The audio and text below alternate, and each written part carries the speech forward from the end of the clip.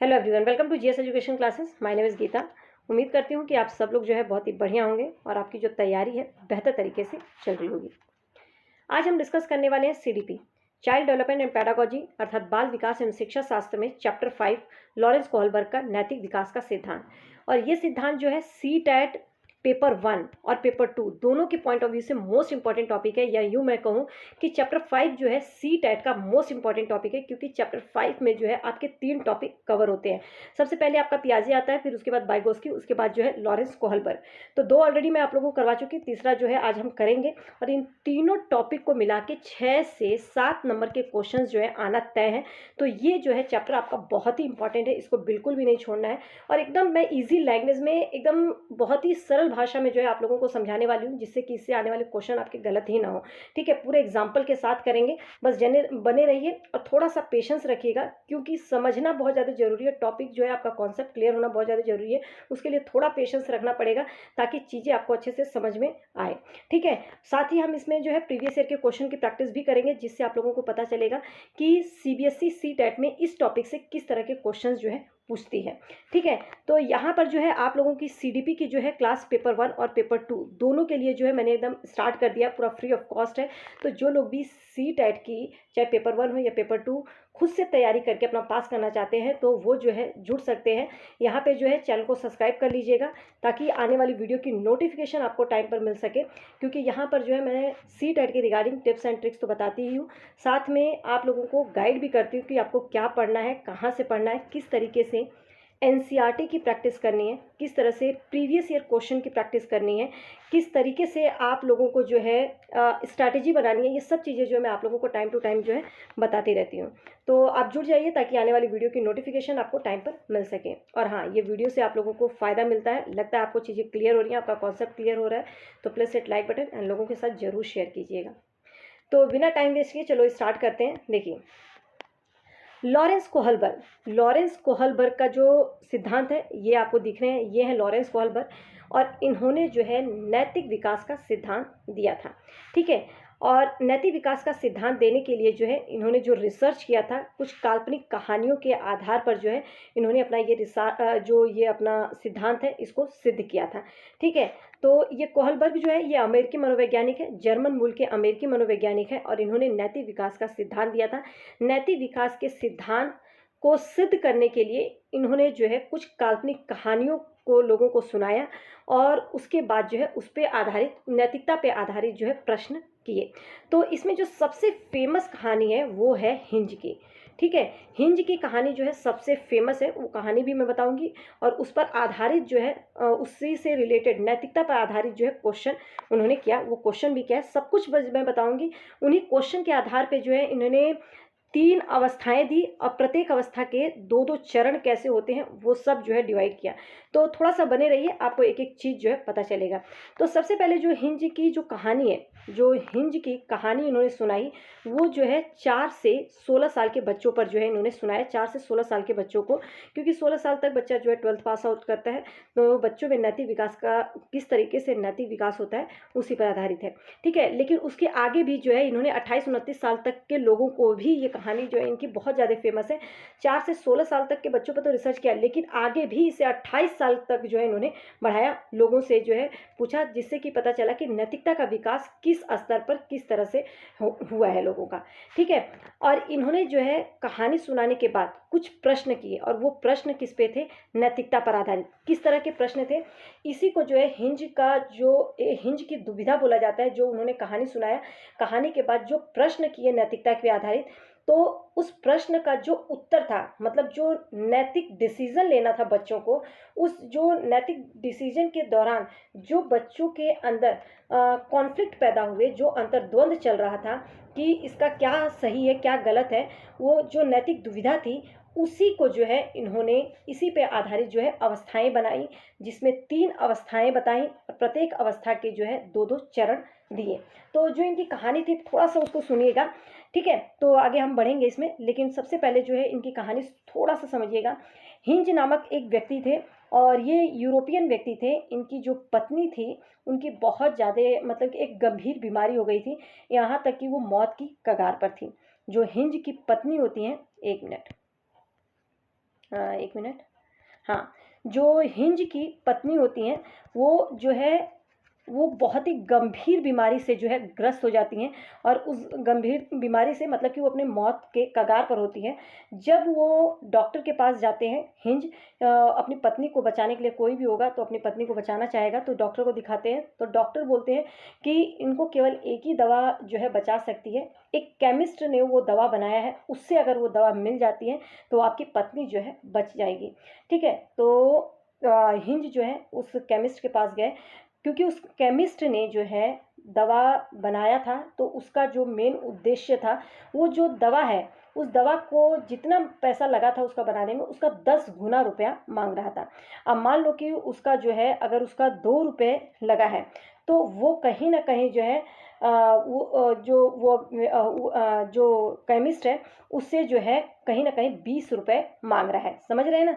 अगर उसका 2 रुपये लगा है तो वो 20 रुपये की मांग कर रहा है, मतलब उससे जो है 10 गुना रुपए मांग रहा है। मतलब कि अगर उसको बनाने में जो है, और क्योंकि वहाँ पे डॉलर की बात होती थी, तो अगर उसे $200 बनाने में लगा, ठीक है, $200 बनाने में लगा, तो उसका जो रेट है वो $2000 मांग रहा था। और हिंज जो है इतना पैसे का जुगाड़ कैसे करता, तो वो जो है अपने रिश्तेदारों से, जो भी उसके आसपास उसके फ्रेंड्स थे, सबसे जो है अगर मांग भी ले तो भी इतने पैसे का जो है वो नहीं कर पा रहा था इसका इंतज़ाम। तो उसने केमिस्ट से रिक्वेस्ट किया कि आप ये मुझे दवा दीजिए, मैं धीरे धीरे करके चुका दूंगा। तो लेकिन केमिस्ट बोलता है क्या है कि मुझे जो है इस दवा जो मैंने बनाया, इसका मेरा मेन उद्देश्य जो है ज़्यादा से ज़्यादा पैसा बनाना है, मतलब ज़्यादा से ज़्यादा जो है पैसा कमाना है, ना कि मैं समाज सेवा कर रहा हूँ।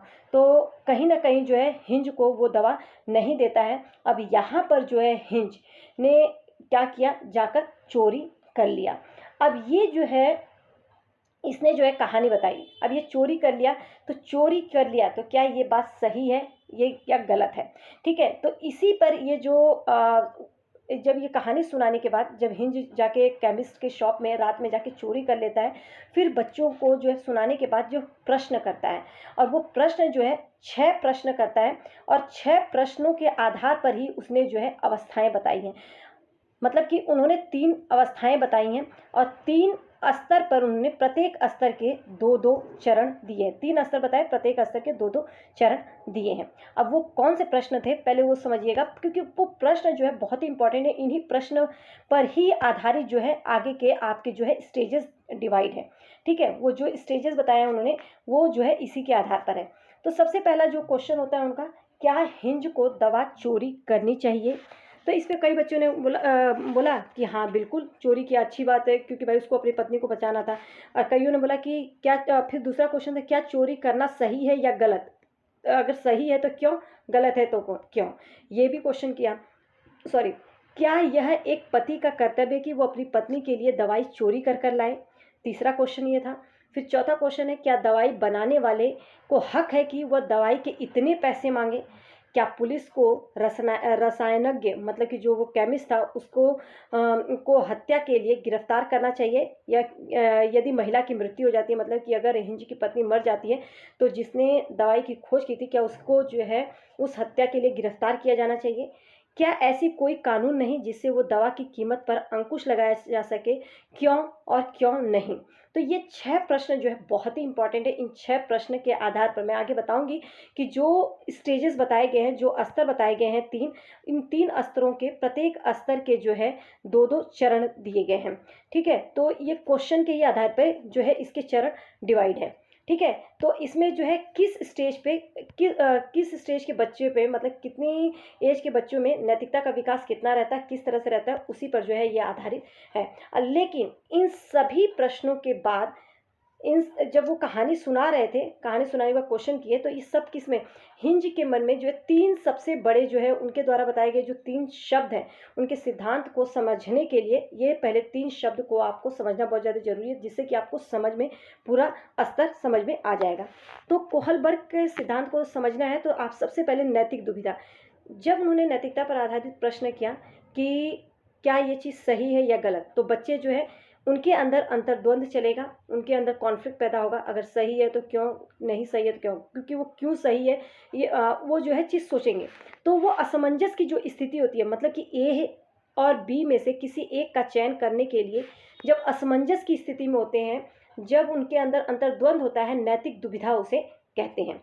ठीक है, ए और बी में से किसी एक का चयन करना हो, ठीक है, ए और बी में से किसी एक का चयन करने के लिए जो असमंजस की स्थिति बच्चे में चलती है उसे क्या कहते हैं? नैतिक दुविधा। दूसरा उन्होंने नैतिक तर्कना दिया कि ए और बी में से किसी का भी चयन करने के लिए होने वाली जो चिंतन की प्रक्रिया है, मतलब जो चिंतन करते हैं कि क्यों सही है, क्यों नहीं, क्यों गलत है, तो ये जो चिंतन की प्रक्रिया है उसे जो है नैतिक तर्क करना, मतलब कि उन्होंने अगर वो नैतिक दुविधा के बाद एक तर्क पर पहुंचते हैं, तो वो जो तर्क देते हैं कि कोई चीज़ सही है, उसके बिहाफ वो तर्क देते हैं कि ये चीज़ सही है या ये चीज़ गलत है, तो उसके लिए जो तर्क देते हैं उसे कहते हैं नैतिक तर्क करना। ठीक है, तो ए और बी में से किसी का भी चयन करें, चयन करने के दौरान जो वो नैतिक तर्क देते हैं उसको कहा जाता है नैतिक तर्क करना।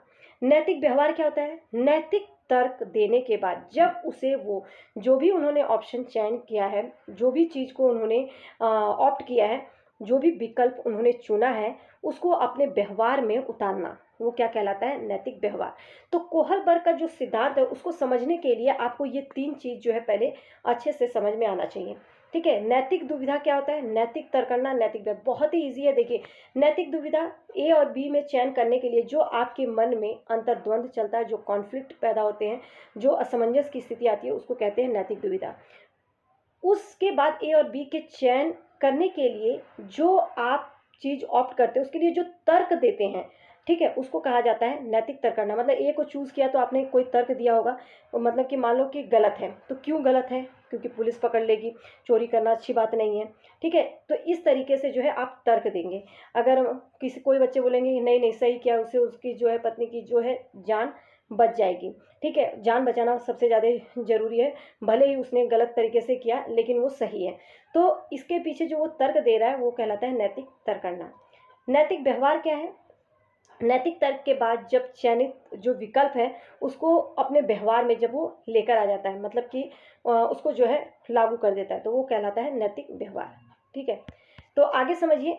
तो इन्होंने जो 3 स्तर दिया, सबसे पहला स्तर रूढ़ि पूर्व अवस्था में चिंतन, इसको हम जो है परंपरागत, पूर्व परंपरागत स्तर भी बोलते हैं। पूर्व परंपरागत, पूर्व परंपरागत। ठीक है, पूर्व परंपरागत, इसके जो कि इंग्लिश में जो है एक नाम है लेकिन हिंदी में कई है, जैसे रूढ़ि पूर्व अवस्था में चिंतन। ठीक है, प्री कन्वेंशनल स्टेज, इसी को बोलते हैं पूर्व परंपरागत अवस्था। ये जो है 4 से 10 वर्ष की अवस्था होती है और इस अवस्था में कोहलबर्ग ने कहा, कोहलबर्ग कहते हैं कि इस अवस्था में बच्चे में जो है नैतिकता का विकास अच्छे से नहीं हो पाता है।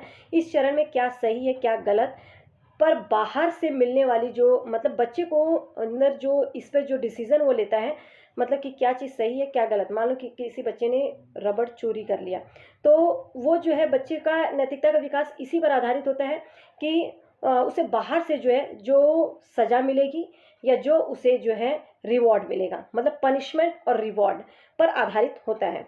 ये नहीं बच्चे के अंदर नैतिकता कि वो तर्क वितर्क कर सके, बल्कि इस अवस्था में जो है रूढ़ि पूर्व अवस्था जो है प्री कन्वेंशनल स्टेज है, इस अवस्था में जो है बच्चे में गलत और सही का जो है बाहर से मिलने वाला जो उनको रिवॉर्ड होता है या जो उनको पनिशमेंट होता है उससे उसका पर प्रभाव पड़ता है। तो इसलिए पहला चरण जो है इसमें बोला गया बाहरी सत्ता पर आधारित बोला गया। बाहरी सत्ता का मतलब कि बाहर से, जैसे कि अगर मान लो कि कोई चोरी करना बुरी बात है, उस बच्चे को बताया जाए अगर आप चोरी करोगे तो आपकी जो है पिटाई होगी, ठीक है, या आपको जो है खड़ा रहना पड़ेगा, तो बच्चे को ये पता है कि चोरी करने पर मुझे ये पनिशमेंट मिलेगा है।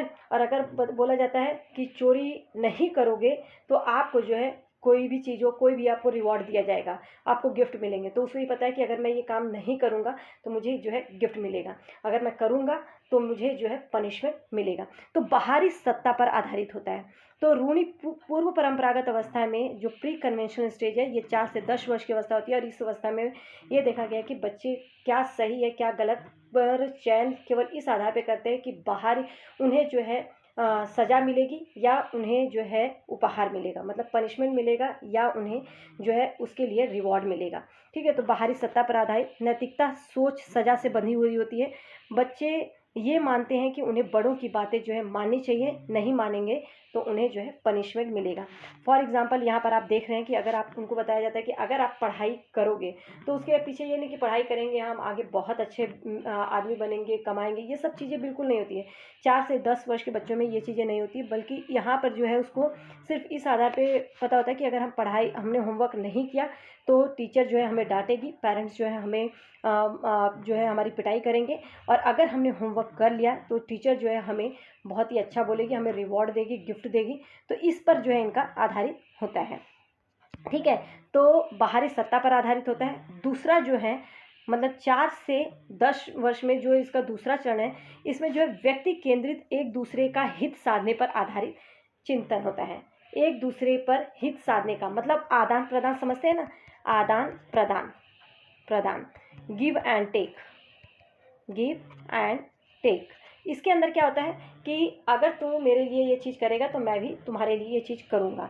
मतलब कि अगर तुम मुझे खाना दोगे, मतलब तुम मुझे अपना लंच मेरे साथ शेयर करोगे तो मैं भी तुम्हारे साथ लंच शेयर करूँगा, तुम मेरी हेल्प करोगे तो मैं भी तुम्हारी हेल्प करूँगा। समझ रहे हैं ना।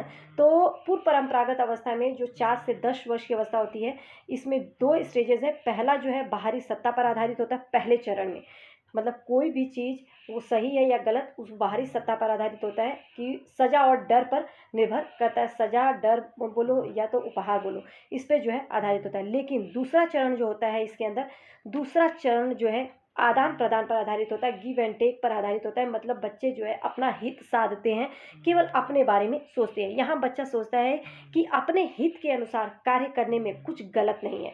मतलब अगर मेरा उसमें हित साधता है, मतलब मुझे उससे फ़ायदा हो रहा है, तो वो कोई भी चीज़ वो गलत नहीं है। मतलब कि चोरी कर लेनी चाहिए क्योंकि इससे जो है जान बच जाएगी, बस उसको इतना पता है। ठीक है, लेकिन पहली अवस्था में उसको ये पता है कि चोरी करेगा, जो पहले मतलब स्टेज 1 का जो पहला चरण है उसमें पता है कि चोरी करने पर उसको पनिशमेंट मिलेगा। ठीक है, लेकिन दूसरे में कि नहीं सही है, चलेगा, इससे क्या है जो उसकी पत्नी है वो ठीक हो जाएगी। तो यहाँ पर जो है अपने हित के अनुरूप जो है काम करने का जो है बच्चों को लगता है कि उनका हित सध रहा है तो वो सही है चीज़, कुछ भी गलत नहीं है। तो यहाँ पर जो है हमें साथ में दूसरों को भी अपने हितों के अनुरूप काम करने का जो है मौका देना चाहिए। तो दूसरा चरण जो है ये है। उम्मीद करती हूँ ये चीज़ें क्लियर हो रही होंगी।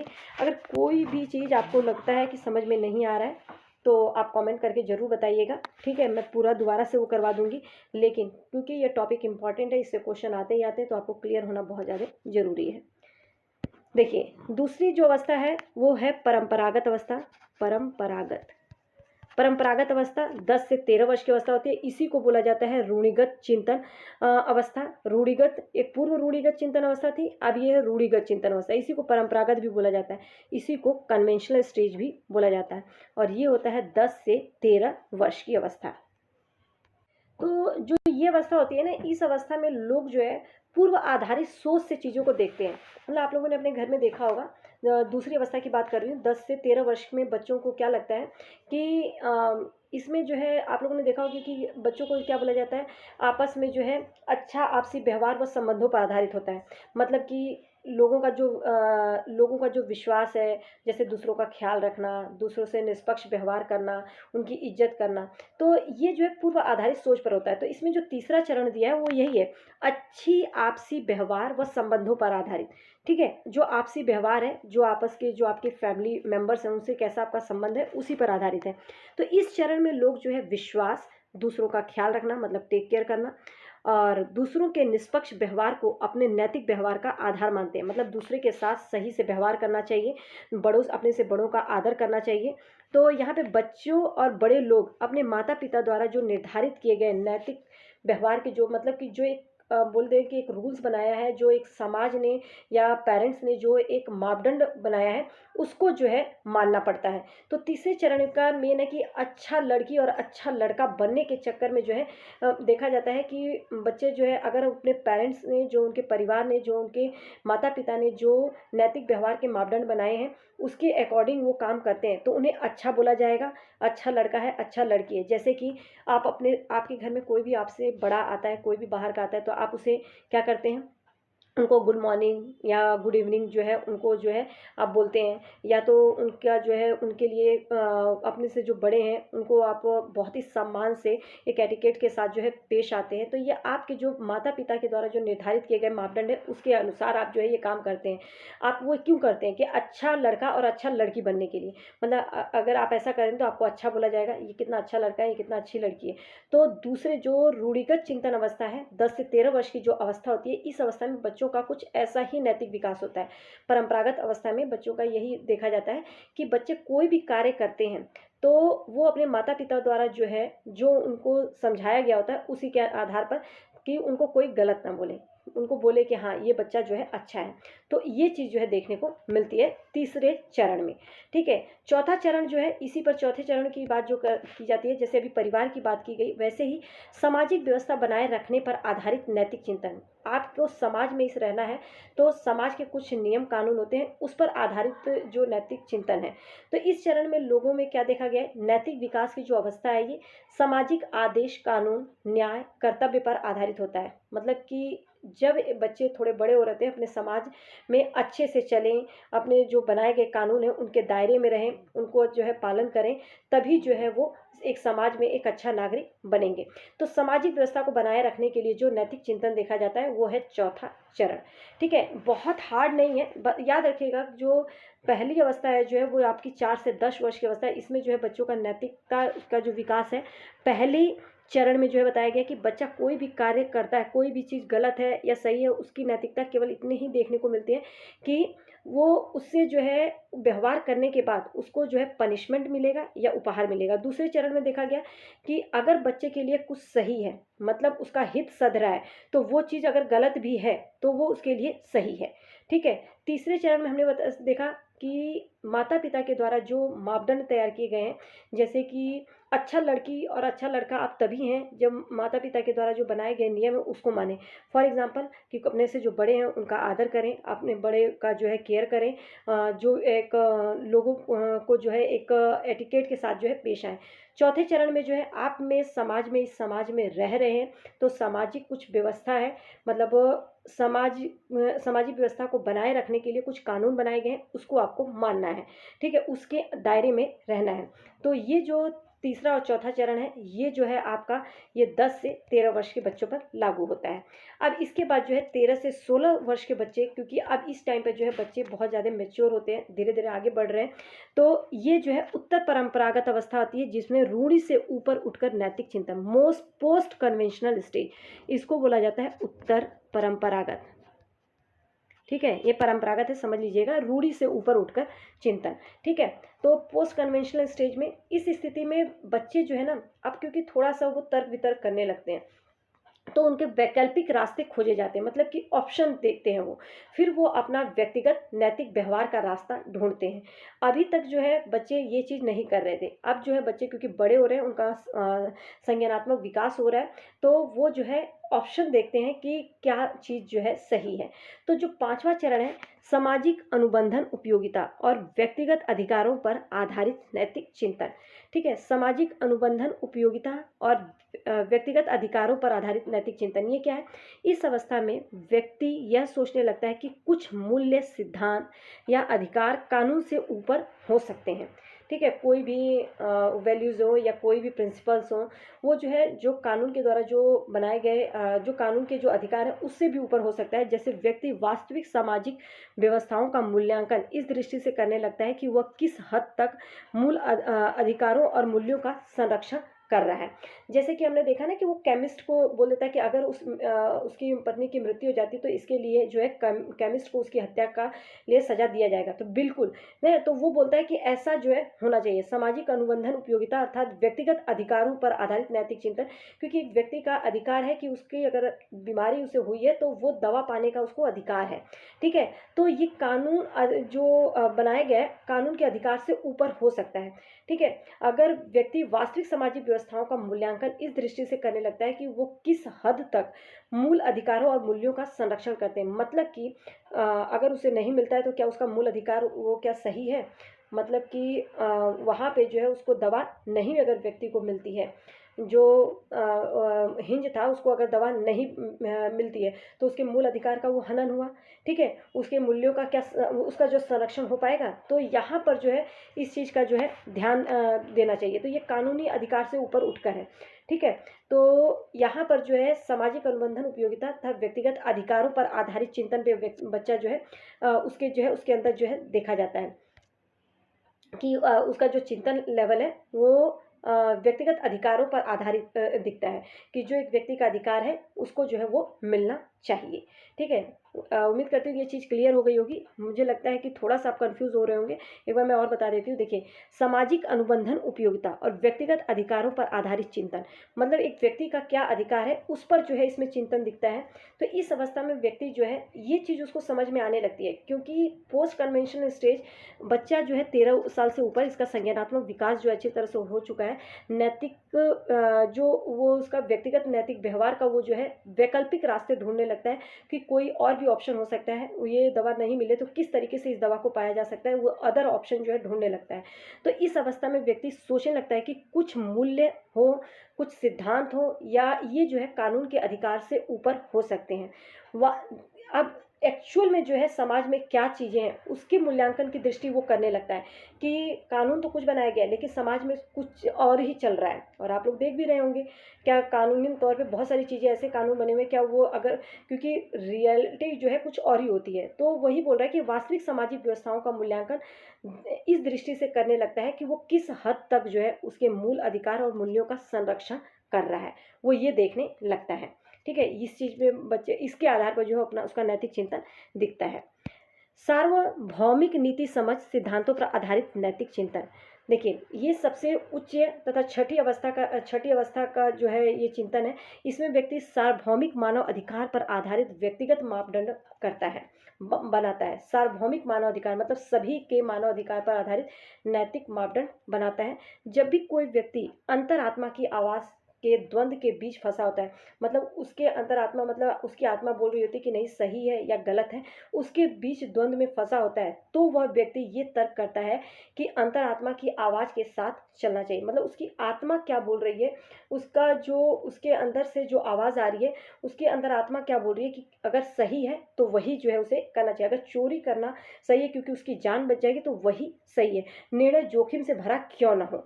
इसलिए उसे कुछ भी करने से पहले अपनी भावनाओं के अलावा, मतलब अपने दिमाग के अलावा जो है ज़िंदगी के बारे में सोचना बहुत ज़्यादा ज़रूरी है, बिना कि केवल भावनाओं से, ठीक है। भावनाओं के अलावा औरों की भी ज़िंदगी के बारे में सोचना चाहिए, ठीक है। तो यहाँ पर जो है ये 4 जो है 6 जो है चरण दिए गए हैं। अब इसी पे आधारित जो है मैं आप लोगों को कुछ क्वेश्चंस करवाती हूँ जो कि सीटेट में ये प्रीवियस ईयर के क्वेश्चन है जो कि पूछे गए हैं। देखिए पहला क्वेश्चन किस तरह का आता है। कोहलबर्ग ने बच्चों और वयस्कों में नैतिक तर्क की व्याख्या करते हुए चरणों का क्रम प्रतिपादित किया है। कितने क्रम बताए हैं, कितने चरण बताए हैं? तो अभी हमने बताया कि प्रत्येक चरण 3 स्तर है, प्रत्येक के जो है 2-2 चरण हैं, ठीक है। तो टोटल कितने हुए 6 चरण। तो ये आपका बी, ये क्वेश्चन पूछा गया है लेकिन थोड़ा सा आपका हार्ड क्वेश्चन होते हुए चला जाएगा, ठीक है। जीन पियाजे और कोहलबर्ग द्वारा प्रतिपादित सिद्धांतों के बारे में कौन सा कथन सही है? तो दोनों ने ही वयस्कों में संज्ञानात्मक विकास के सिद्धांत का प्रतिपादन किया है?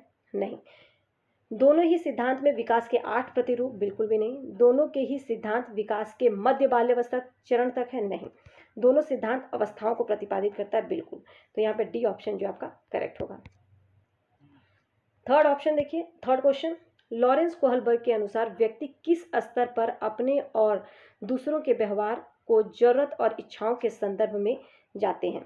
मतलब लॉरेंस कोहलबर्ग के अनुसार व्यक्ति किस स्तर पर अपने और दूसरों के व्यवहार को जरूरत और इच्छाओं के संदर्भ में जाते हैं? कितना इजी क्वेश्चन है। और ये मैंने आप लोगों को बताया था कि बच्चा कब अपनी जरूरत के हिसाब से अपनी इच्छाओं के संदर्भ में देखता है, मतलब अगर कोई उसकी मदद करेगा तो वो भी करेगा। तो अनुपालन और दंड अभिविन्यास बिल्कुल भी नहीं। अच्छा लड़की, ये तो तीसरा चरण हुआ, ये हमारा पहला चरण है, ठीक है। कानून व्यवस्था वाला जो है ये चौथा चरण है। यांत्रिक सापेक्षिक अभिविन्यास, मतलब कि इसके अंदर जो है क्या होता है कि गिव एंड टेक वाली बात आ जाती है, आदान प्रदान वाली बात आ जाती है कि अगर तुम मेरी मदद करोगे तो मैं भी तुम्हारी करूँगा, तुम मेरी इच्छा की पूर्ति करोगे तो मैं भी तुम्हारी हेल्प करूँगा, ठीक है। तो डी ऑप्शन करेक्ट होगा।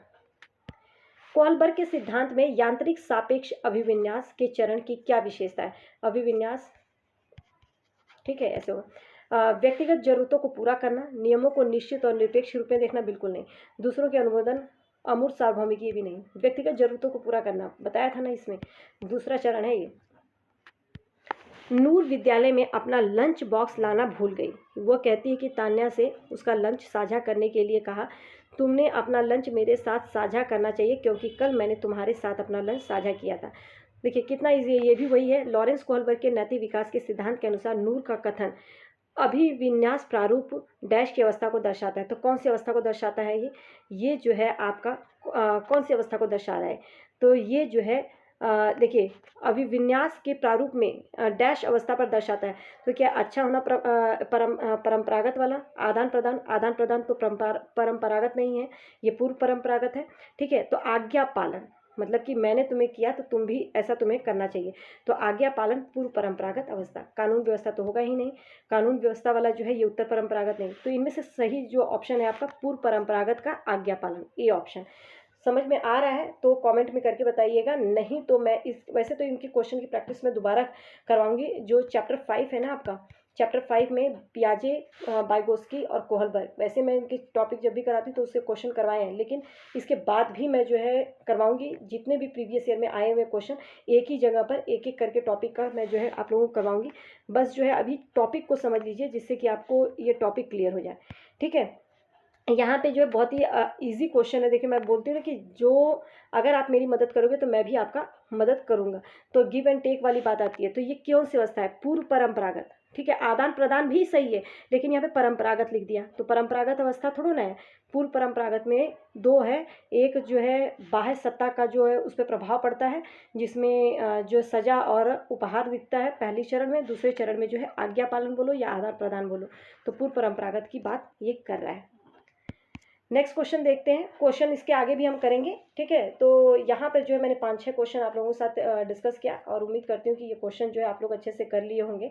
बाकी क्लास कैसी रही, मेरी पूरी कोशिश थी कि इजी लैंग्वेज में समझाऊँ। बाकी आप लोग कमेंट करके बताइएगा आपको समझ में आया या नहीं, और समझ में आया हो तो प्लीज हिट लाइक बटन। यहाँ पे CDP पेपर 1 और पेपर 2 चैप्टर वाइज जो है मैंने क्लासेस स्टार्ट किया है, जो कि फ्री ऑफ कॉस्ट है। CTET पेपर 1 और पेपर 2 दोनों के लिए चल रही हैं, तो आप जो है जुड़ सकते हैं। साथ ही NCERT की भी जो है, जिन लोगों का CTET पेपर 2 SST है, NCERT की भी क्लास में जो है मैंने एकदम NCERT चैप्टर जो बुक है वो भी करवा रही हूँ। साथ में NCERT जो ज्योग्राफी है चैप्टर वाइज जो क्वेश्चन किस तरीके से आते हैं वो भी मैं डिस्कस करते हुए चल रही हूँ, तो आप जो है उसको कर सकते हैं। ठीक है, हर एक चैप्टर से किस तरह से जो है क्वेश्चंस आते हैं CTET में वो मैं करवा रही हूँ।